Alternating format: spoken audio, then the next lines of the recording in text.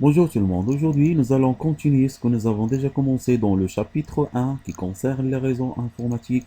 Rappelons que nous avons parlé sur la définition d'un réseau informatique, les types d'un réseau informatique et les typologies et la topologie aussi des réseaux informatiques, les avantages d'un réseau informatique. Maintenant, on va voir quels sont les composants d'un réseau informatique, c'est-à-dire les équipements pour construire un réseau informatique.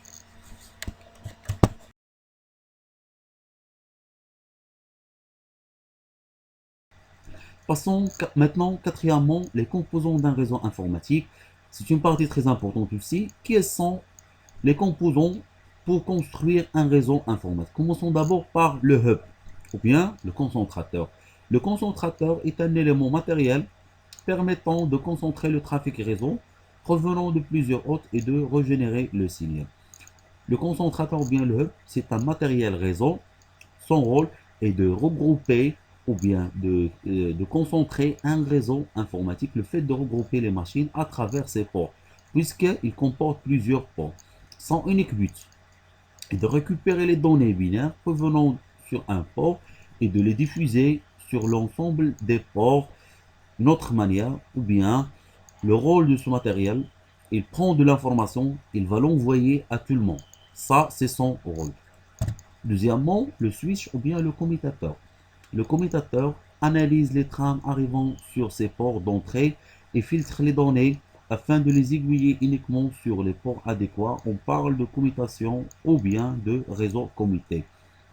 Le switch, il est comme le hub. Il permet d'interconnecter plusieurs machines puisqu'il contient des ports. Plus que ça, il filtre les informations. C'est-à-dire, quand une information vient à ce switch-là, il va l'envoyer directement à la machine concernée. Ça, c'est parmi l'avantage de ce matériel-là. C'est pas comme le hub, il va l'envoyer à tout le monde. Le switch, non. Il va l'envoyer directement vers la destination concernée. C'est pour cela, c'est le switch actuellement, c'est le plus utilisé dans les réseaux informatiques ou plus précisément dans un réseau local. Le troisième équipement ou bien le troisième composant, c'est le routeur. En anglais, c'est router, est un matériel de connexion. Il permet d'interconnecter un réseau informatique. Il permet de charger et les charger de routage des paquets. C'est-à-dire quoi?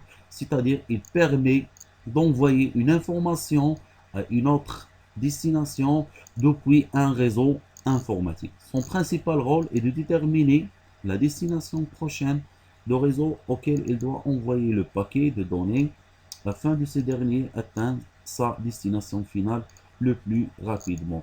Le routeur, le routeur parmi les équipements le plus important dans un réseau informatique, il permet de router une information, c'est-à-dire il va l'envoyer à sa destination dans un réseau très grand. Nous avons deux types des routeurs avec le fil et des routeurs sans fil. Donc deux exemples. Sans fil, c'est-à-dire on n'a pas besoin des câbles. Passons maintenant les câbles.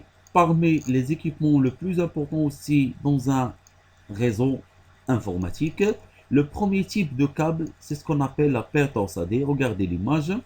La paire torsadée, c'est le fil torsadé.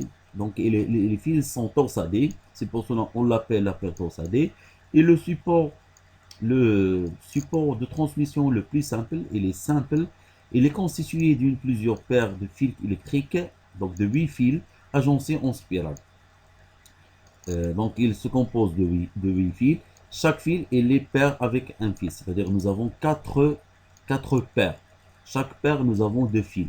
La paire torsadée peuvent être blindées à une gaine métallique, enveloppant, complétant les paires métalliques, mieux immuniser les signaux transportés ou non blindés, c'est-à-dire ces fils ils sont blindés par une spirale pour éviter les bruits. Ça, c'est le fil de transmission le plus simple.